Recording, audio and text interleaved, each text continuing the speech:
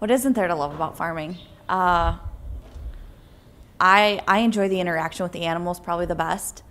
I really love being next to the cows and interacting with them, and the bond you have with cattle is something like nothing else, because they do rely on you for everything, and they get to know you. I mean, they know the sounds. They know the sounds of your machinery.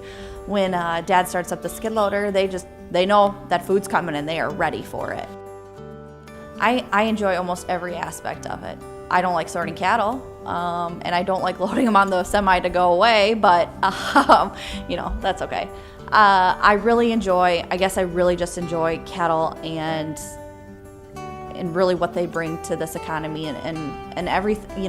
They're unique animals. They bring so much. A lot of people just assume that they just provide meat, and they provide so much more than that, which is so cool. So I'm obsessed with my cows, and I'm not afraid to admit it.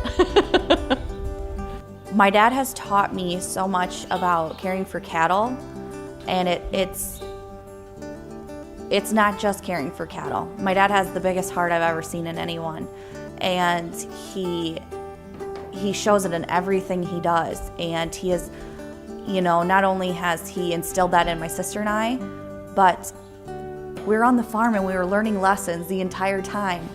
And when I was younger, I get so mad at him because he would say to me, "We move right along around here, Kelly." And I was like, "Oh, I don't want to move any faster." But you know what? I got older and I was like, I get it now. He wasn't doing that to, push me. He was doing it to teach me life lessons, and the other thing he would always say to my sister and I is, "Do it right the first time or you're doing it again." And that'd make me so mad. I was like, I don't want to do it again. But why? Why waste the time of doing it wrong the first time then and having to redo it? My dad just, he always has everyone's best interests in mind and always goes out of his way for other people. He just has such a kind heart, and he shows that not only with his family, but also with his livestock, which has taught my dad so much more about life than he could have probably ever imagined he would have been able to do. The picnics were honestly my favorite thing in the entire world. So I even remember what my mom would make. She would she'd make some hamburgers in the cast iron skillet at home, and she'd make us cheeseburgers and wrap them up in aluminum foil, and we all got a Pepsi. I was pretty stoked about that Pepsi, and a bag of chips. And we'd go out, and I even remember the blanket we used. And like Dad said, the tractor would still be going. We probably ate. It was maybe for 5 minutes. Dad had to keep going, but we made that time to be with each other, and we just thought it was an adventure, my sister and I. We were like, well, this is so cool, Mom. We're having a picnic. And my mom probably wasn't too ecstatic about it, but